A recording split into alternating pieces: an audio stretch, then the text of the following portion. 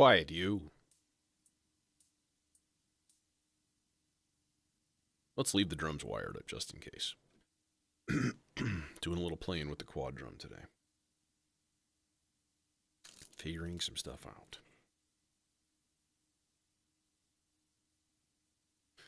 So let's just get these stinking wires out of the middle. The stinking wires in the middle. Oh, yeah. Dunk. There. Okay. Now let's make arpeggios. I don't know why. I just thought it would be fun to make a bunch of arpeggios. The logical place to start would be the vector. Sound like Mr. Plinkett. It's Mr. Plinkett. Let's start with something really simple. You know what? I like a minor key better. Let's go C minor. Minor keys are more interesting. So basically, I'm just going to be like, here's an arpeggio.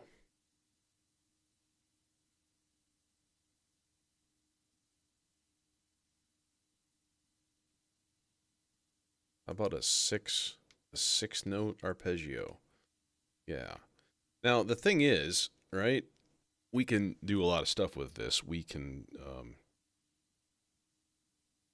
you know, we can jive, we can groove. No,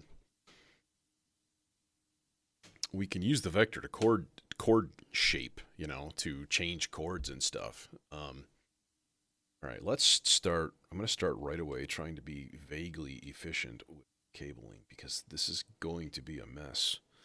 So now if I stick to even just using maybe 4 parts from the vector, Jethro, what's going on? I also have, Jesus Lord, why are you getting such a fast clock?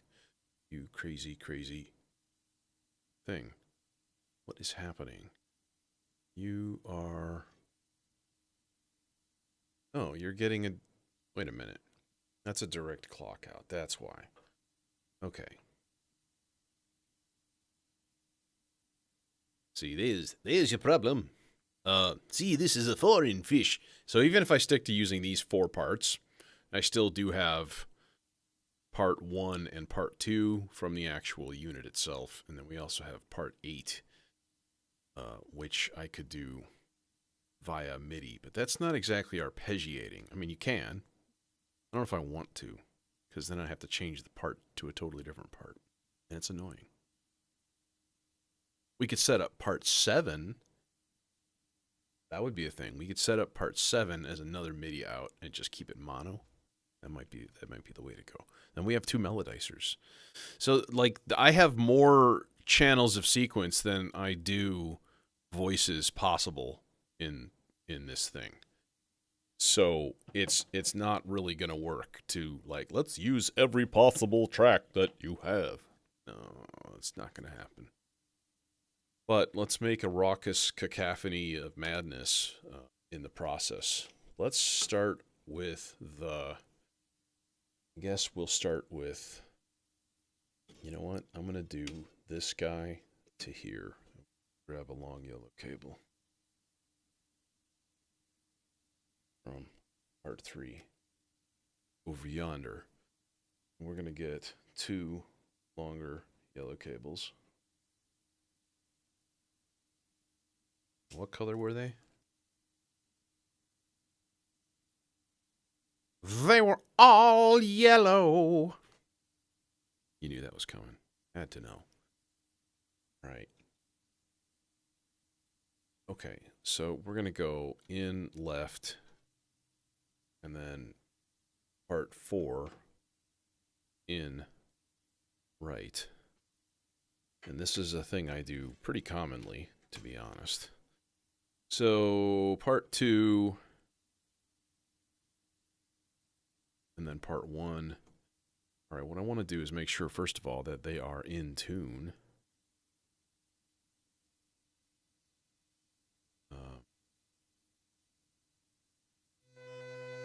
And they are not. No, sir.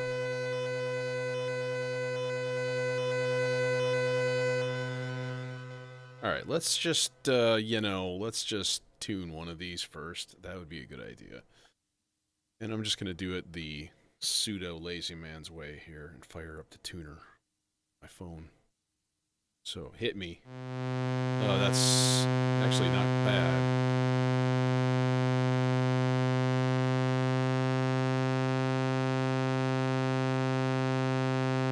Alright.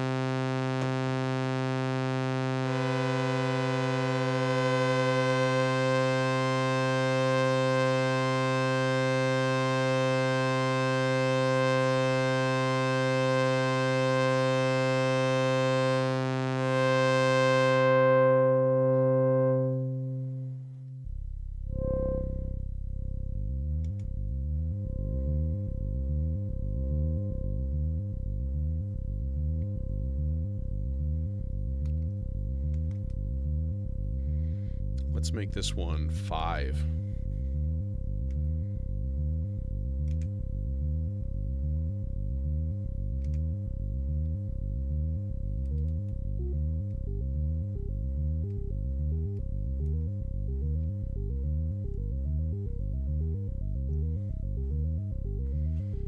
Okay, you know, but then of course, we've got 2 envelopes to deal with. So don't you fret, Space Cadets.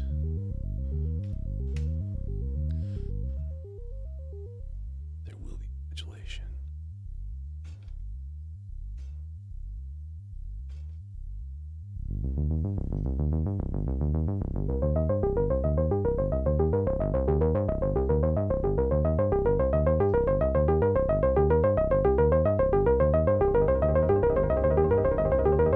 Oh, lordy. Okay.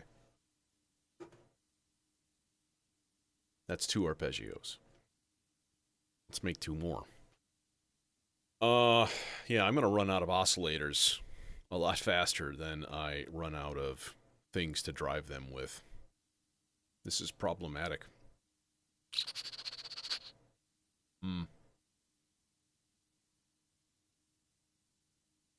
I keep eyeing the cloud terrarium for all of the space that it takes up, which is unfortunate because it's a lovely, lovely module, but it sure is big. I feel like I can fit like 3 different oscillators in that space, and I probably could. You know? Decisions. Thoughts and decisions. Decisions? Okay.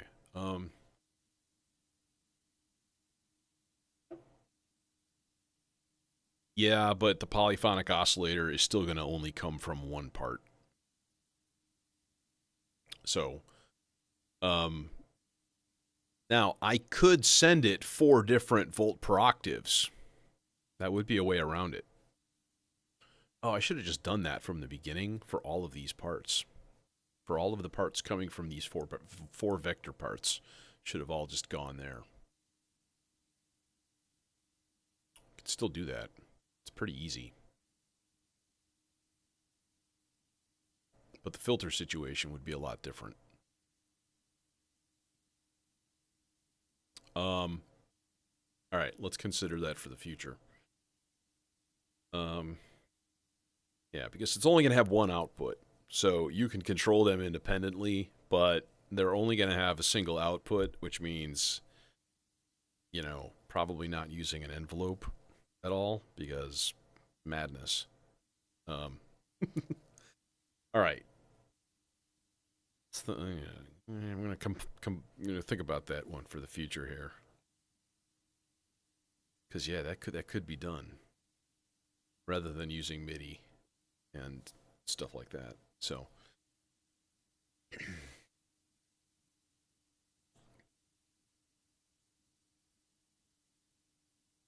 and in this case, it's just a single TRS cable MIDI directly over there to drive it polyphonically, which is, you know, ultra slick. But then it has a single mono output. Yeah, so it is what it is, you know. Let's make another one here. Part 5? Sure, why not? Let's see here. We'll make this guy green, because why not? Do you want some more? There. As I'm holding a yellow patch cable. That makes sense. Alright. Y'all go in here. And we can just go...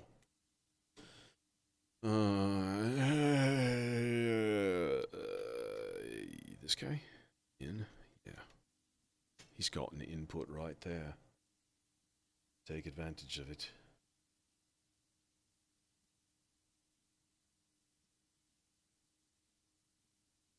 But what if we plug an output into the input? Could be a lot of fun.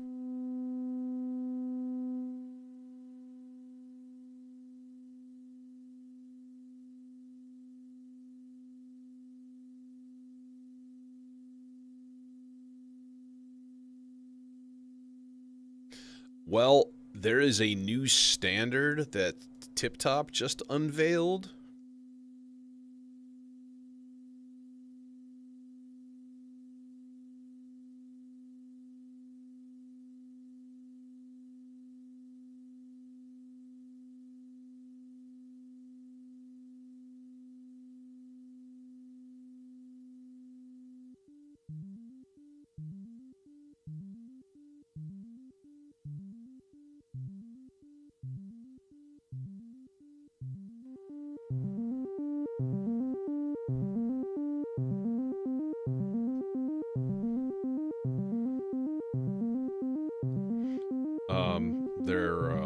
I forget what it's called, but it's a polyphonic, it's a proprietary cable and like system, but it's capable of all sorts of polyphony and interesting things.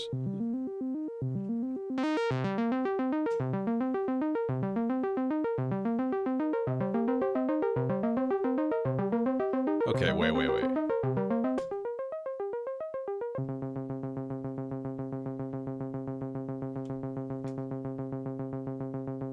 Well, we got nothing. Oh, because I pulled the wrong cable.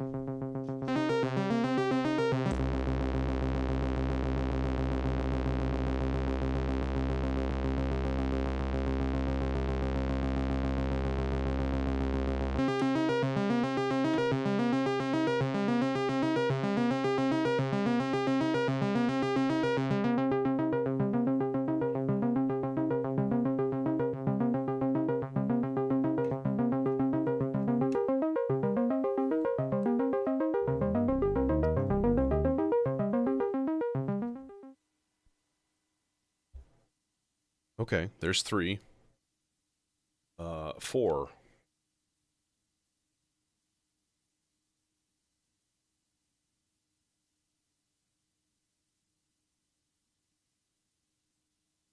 Let's do a really easy one. We'll just use plats. That's ultra easy. Part 6.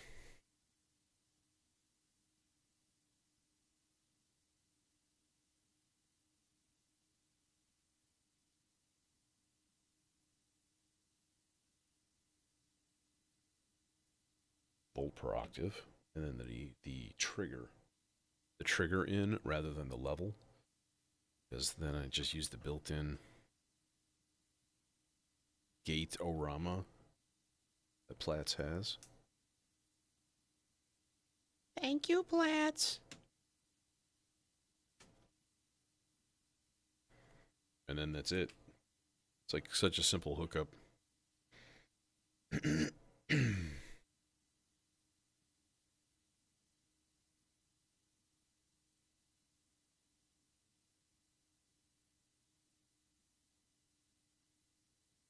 Let's make this 7, but let's also make it 1/8 notes. Because that would be fun. Set everything here.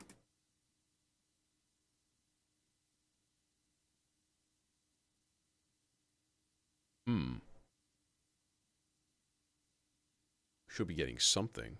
This is part 6. Oh, there's no gates on. Silly me.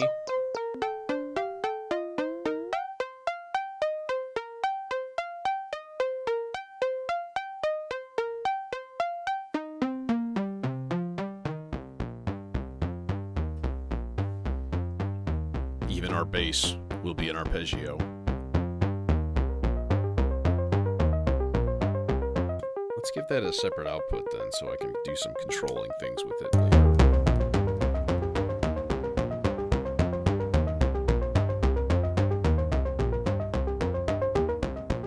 Okay, no. Here's the thing, right? Okay, so here's the thing, right? So now we got to do the deed, which is to set up subsequences for all of these things to do interesting shit. So subsequence, let's put it on whole notes. Boy, I really wish you could change to different rhythmic lengths on this. Supposedly that will be coming in the future.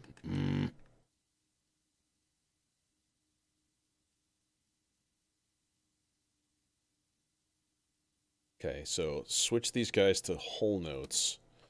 And then we're going to go transpose on and off. This is part 6, part 5. Transpose off. Or on. Okay. And then part 3, transpose on, and then we go to the next page. Okay. Now we're in C minor, so the logical thing would be like go to -4, -4, and then like +3, -2.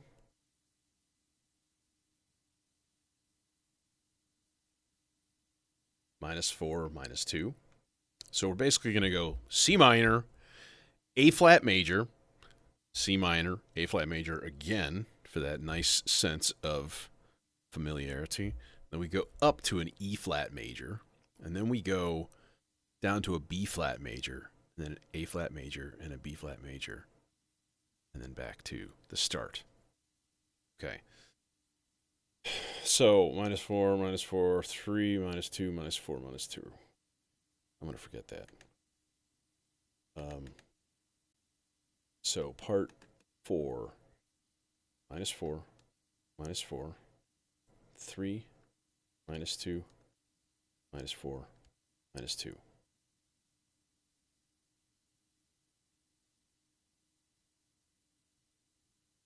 +3, -2, -4, -2. Huzzah. Okay.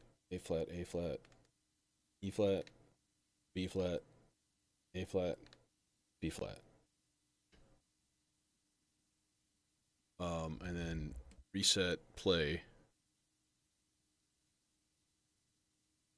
And then hear what we've got. See what we have.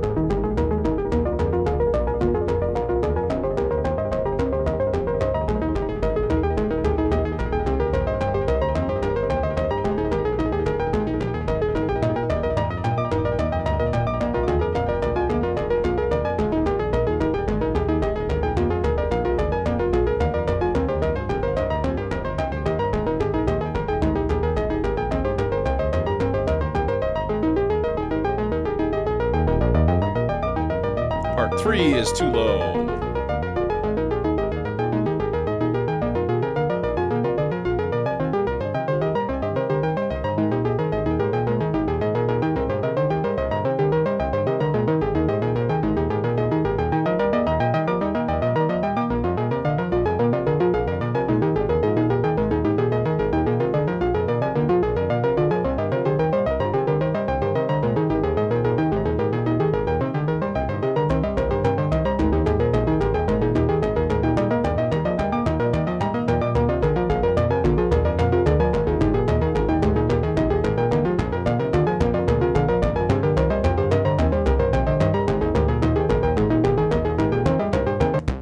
thing is, this is dumb. This is a dumb sound, and it offends me. And it needs to be run through a filter, because obvious.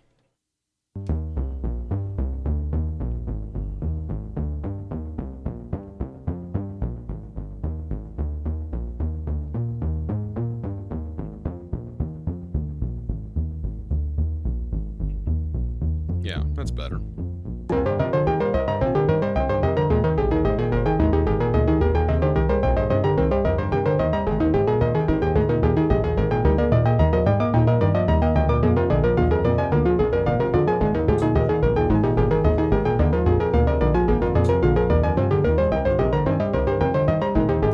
Okay, now that's all fine and dandy. That's all peachy keen and stuff. You know, cool, wonderful.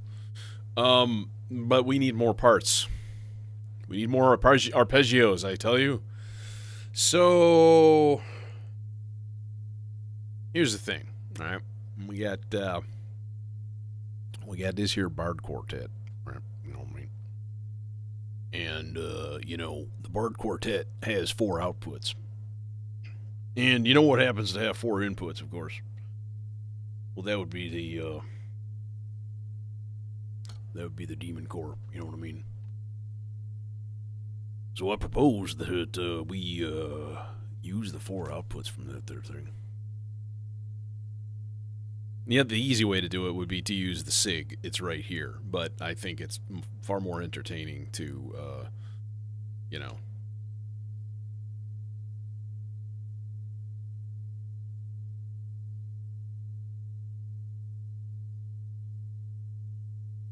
Come on, do your thing. Oh, it's a 2 thing, isn't it?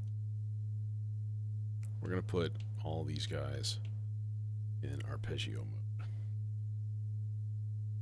Okay, so there. So output 1 is gonna go to volt per octave 1. We'll alternate these just to be slick or something. Welcome to cable hell. Yeah, swing those things right across the middle. That's the best place for them. There's only one thing you can do. Burn the earth. Start fresh with the monkeys. That's all you can do. Okay, so now what we have to do is go through each of these here channels, right? And hey, how come you know flashy? There, you're all supposed to be flashy. Honestly, I can also slave these all to the first, and we can just use one channel at a time. You know, edit one channel. So we can give it different motions, different ranges, but as soon as you turn the harmony knob, everything changes. You know what I mean? So like, here we go. Let's just go C minor 7th chord, also with a D in it, right? So, bum, bum, bum, bum, bum. So then we have to supply it with a gate source. And that could come from a number of places.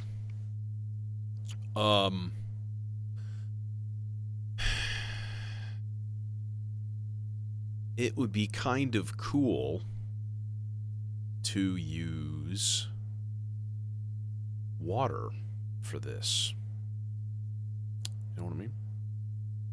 And I'm wondering if we can. Will it sense a... Okay, so first of all, we put it on unipolar. And I think if you just give it up and down voltages, it will automatically, like, calculate that as a fast rising voltage. So if you just put all or nothing, we have marbles we can use. Oh, y'all giving gift subs? Dude, that's super cool. Yeah, be excellent to each other. That's the Bill and Ted mantra, and they were not wrong.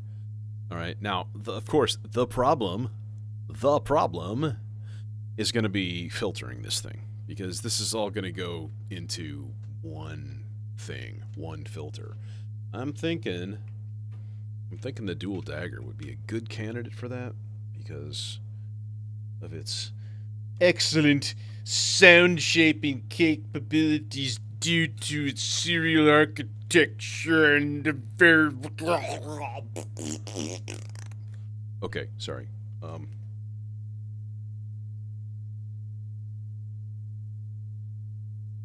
had a little episode there. Won't happen again for 10 minutes. No promises. Let's just plug this into a regular mixer channel. And all y'all just, like, shut up.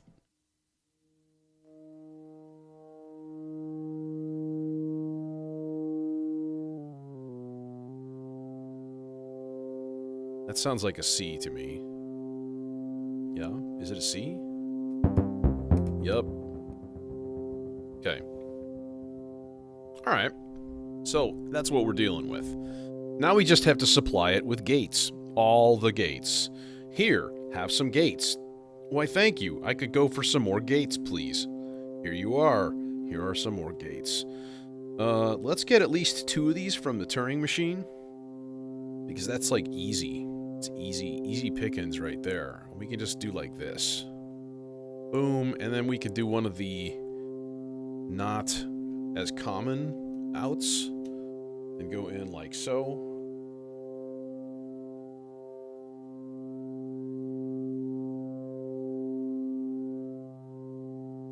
Yeah, it's, you know, I'll be honest, I haven't explored much with having small cases, because all I've done has been like bigger, you know, I've just gotten bigger. And yes, the Aurora with the alt firmware is the only way, unless you enjoy sounding like YouTube compression for all of your algorithms, but most people don't. Most people are not into that shit. Okay, so if we do 4 voices per, we can at least get some nice detune and stuff like that going down. Okay. Honestly, it should be getting something.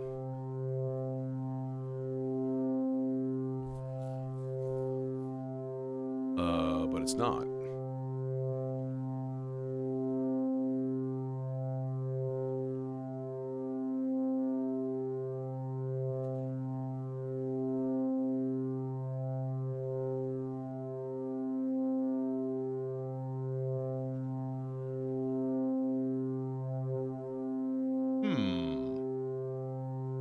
Why is it not getting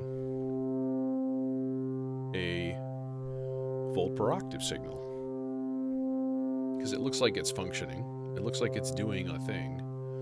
This is channel 1. It should be triggering an arpeggio. It should be hitting number 1. Okay, this needs a little bit of investigation. I hate to say it. I think I'm gonna have to look at the manual real quick.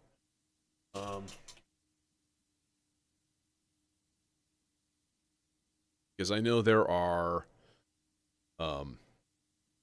settings, and I believe that enables that behavior, and I don't think I have that enabled. Yeah, function. These are 4F measure, but okay. Alternate CV mode is selected from function plus mode. Okay, I think I have that enabled.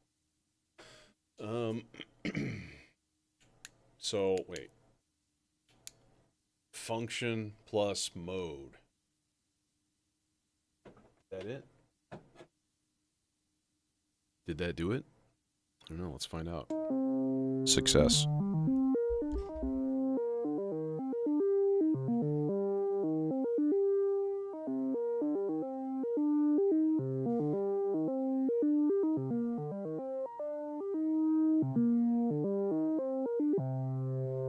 Number 2 is not seeming to work right now. That's a little weird. It is getting gates.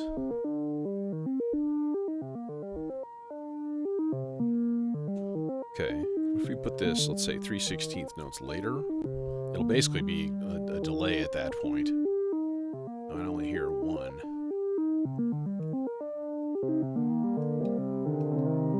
There we go. Okay. So let's hook up the rest of these to interesting gate sources that aren't stupid. I was talking about water, and let's see if this works. So this is channel 3. Right now, you can see the white lights on here are not, you know, doing a thing. So if I plug this into the A out, yep, see, it is working. But then the cool thing is, let's go B out into the next channel. But then what we're going to do is throw one gate out from the stochastic function generator, which is like a beginning of cycle gate. And we're going to put that into the random trigger input. Okay. And so that's going to trigger randomization on the steps when that trigger occurs. So every once in a while, it's just going to go, bleh, here's a random step. You know what I mean? Yeah, dude, I couldn't function in here without a light. This is actually just some cheap Chinese thing, and I don't even remember where I got it. Probably Amazon.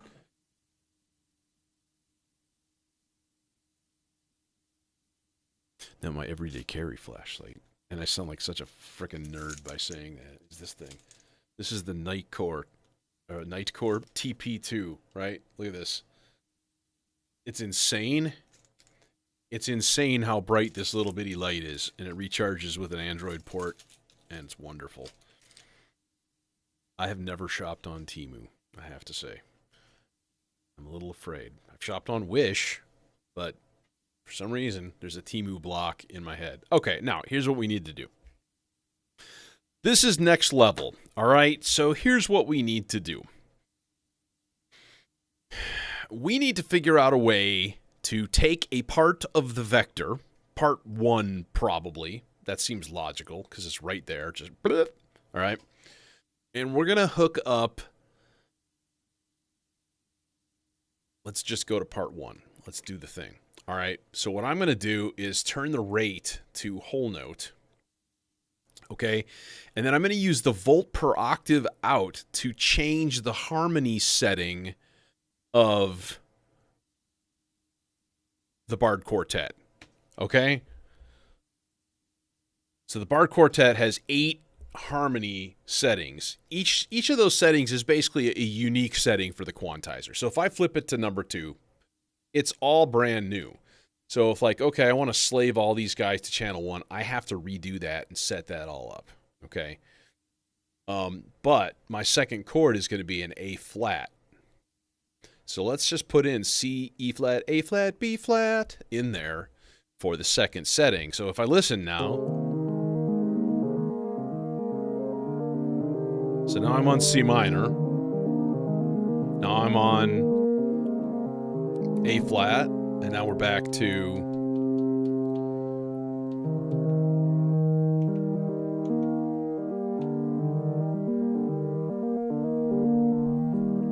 and now we're at E flat major, and then B flat major will be next.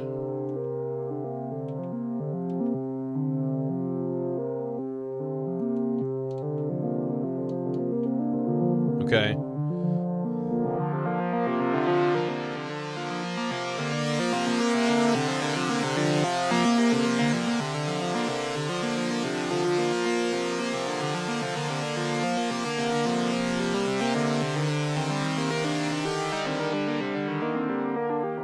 I think the best thing to do with this would be to give it like a 16th note envelope. Just run a clock to an envelope and just go in, you know, for eternity.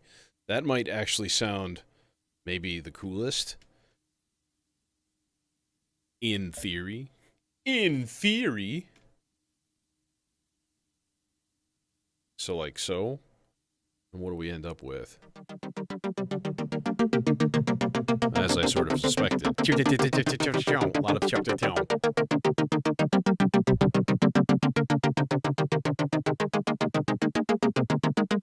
Okay, now here's the thing. Here's the thing, right? We need to figure out how to control this. So I'm going to take the pitch out, and we're going to go. This is the final step. Oh, Jesus Lordy, I'm blind. harmony in. Oh, yeah. Okay. It's been a while since I've used it. That guy, and that's going to go from. Get the fuck out. Get the fuck out of my jack. Okay, now we got to figure this out. Now, it doesn't send pitch information unless you have a gate enabled, which is a little odd, but I think it considers C3 like, you know, nil voltage or whatever. So what I need to do is kind of think, here, let's go, first of all, let's turn the speed of this up. Otherwise, it's going to drive me crazy waiting for it. All right, so let's see here. This is, I don't need my bass part playing. No, I don't need anybody playing.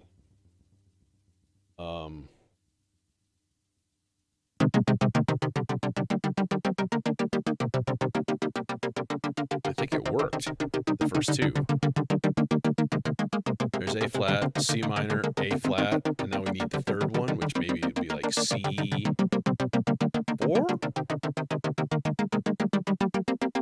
A flat. Nope, didn't quite do it. So let's go like E flat 4.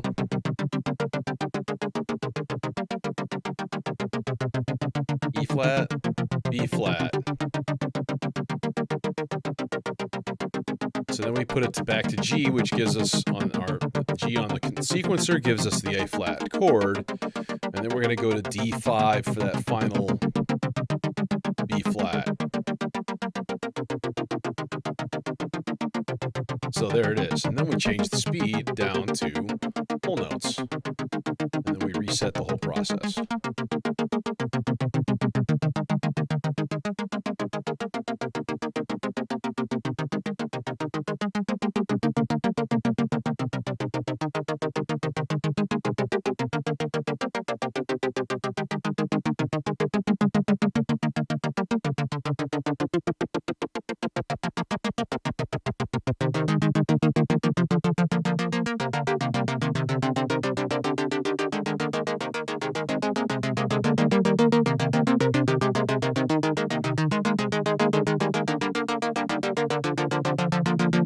An envelope follower senses audio usually, and it outputs a voltage.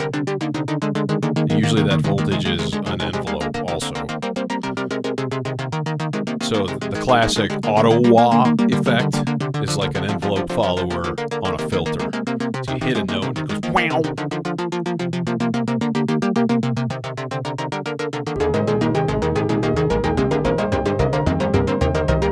Oh yeah, I forgot.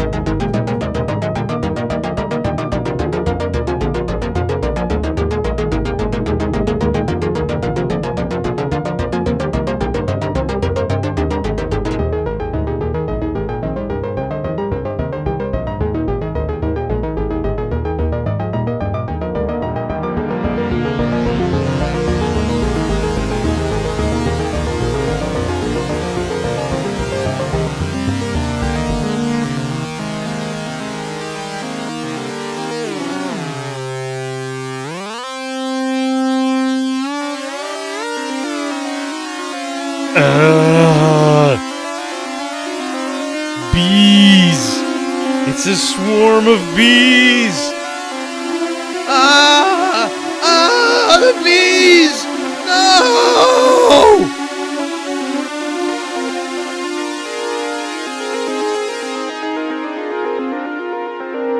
I kind of like it without an envelope. And then it's just a wild shimmer.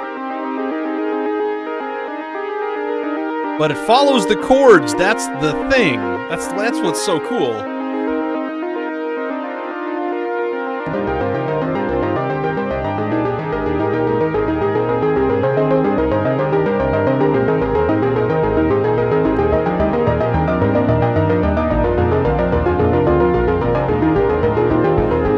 The bees.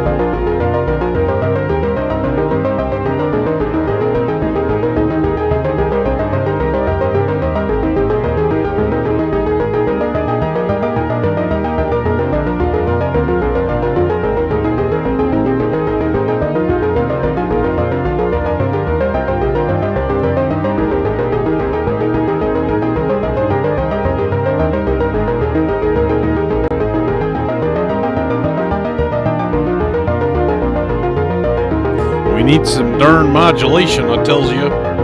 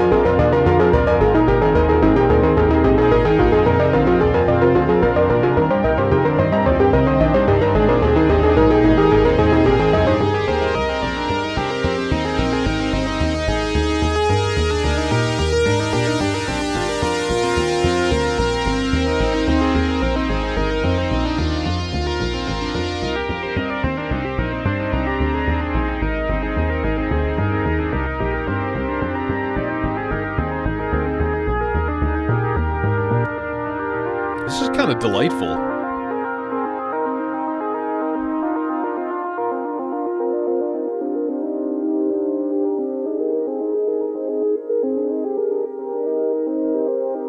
Well, what I was thinking about for this actually was putting it into the Aurora and just turning it into just a beautiful spread goo.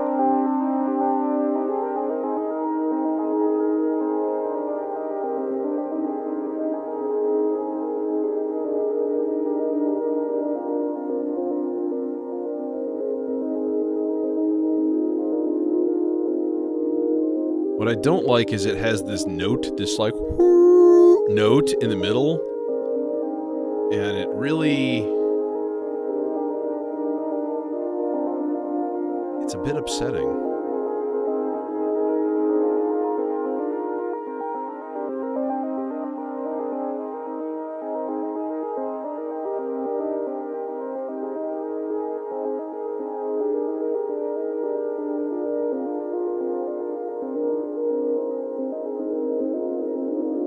Yeah, see, this is the low pass.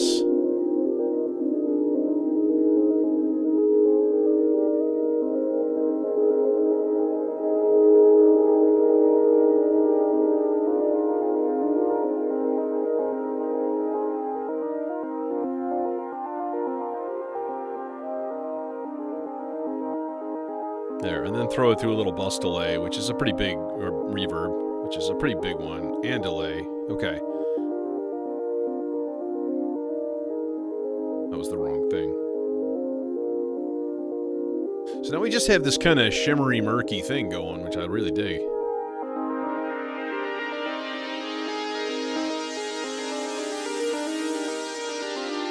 All of this is coming from the Demon Core, keep in mind. And then we can control the clock rates and by just going boink.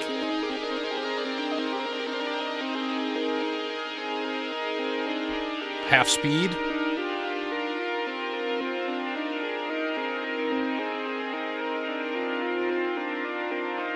Hey, Jason. The Aurora is a reverb.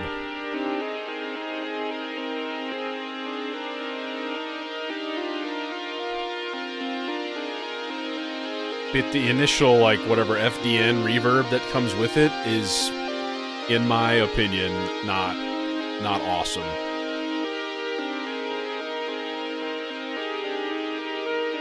But qubit modules being what they are, it's super duper easy to update it. You just throw it on the little flash drive and put it in and turn it on. It's like great. That's the best way. Everyone should do what qubit does for updates.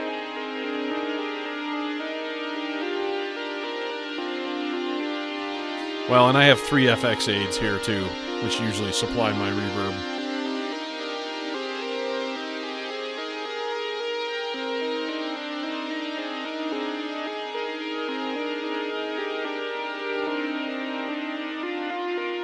So this is it's a nice chunk. It's a nice voice. We could do other things with this.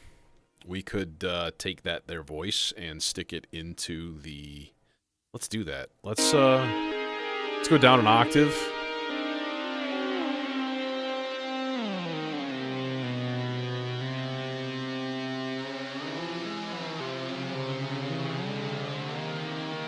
Let's turn it scary. And then I'm going to put this into the... Let's crank the filter all the way up, no resonance. And I'm going to put this into the looper and let it record for a while. Put it on maximum length and just let it churn, let it do its loopy thing. And then in the meantime, I'll hook that guy up to... Let's go a carry filter because it's got a nice heavy duty input gain.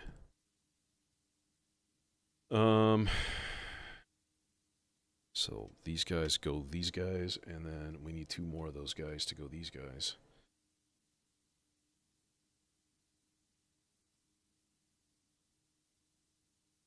We'll go like mixer channel 2. This is the thing, like you start with a thing, then you branch off of that thing, then you do some other thing with it. So this is the loop right now. Okay.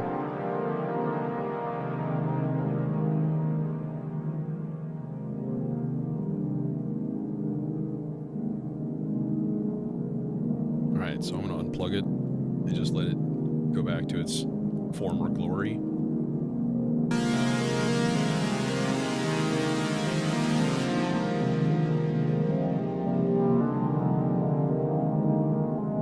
Okay, so then this is what we're left with, is just this wild glurb.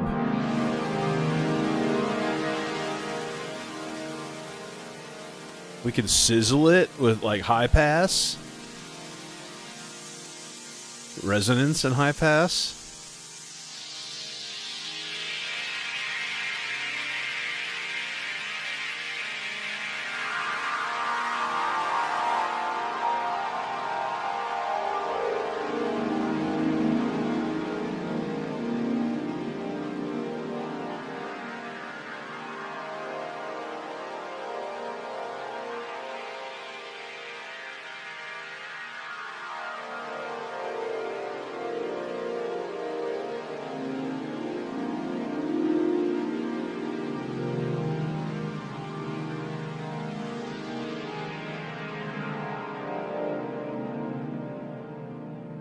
Or we could just low pass it and like leave it as like this rumble. Which is kind of what I originally thought.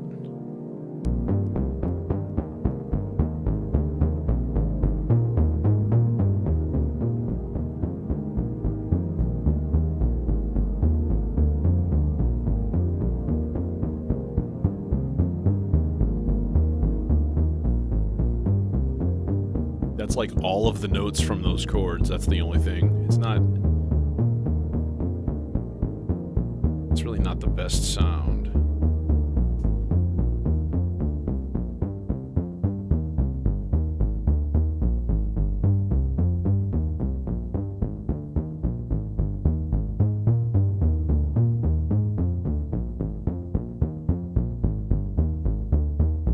Okay, and then we've got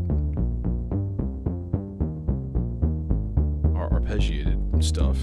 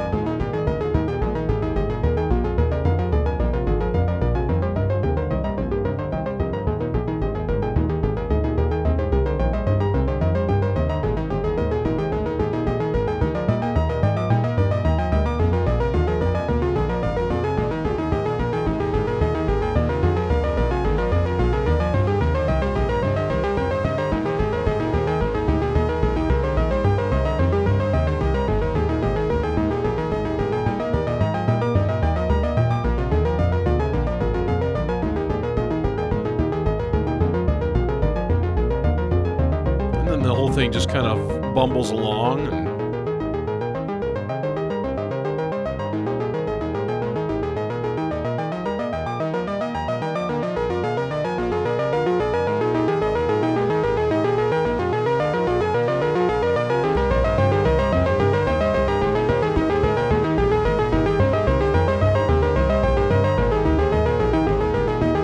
oh, and as long as we're going, I happen to have drums all wired up, so we might as well throw some drums on. Because why not? Ready? Going now!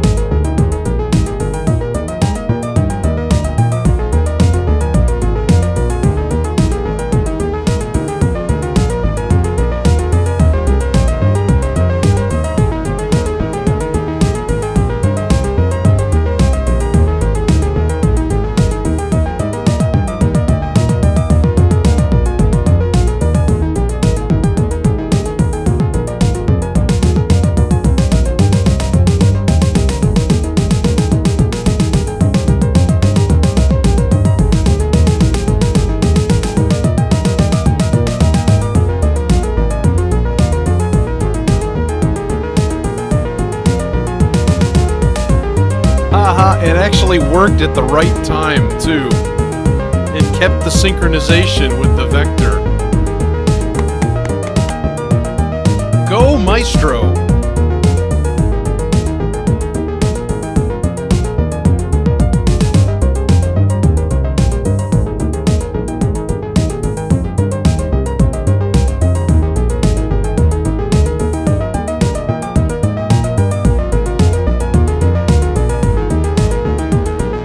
If we were being dramatic, we would do this.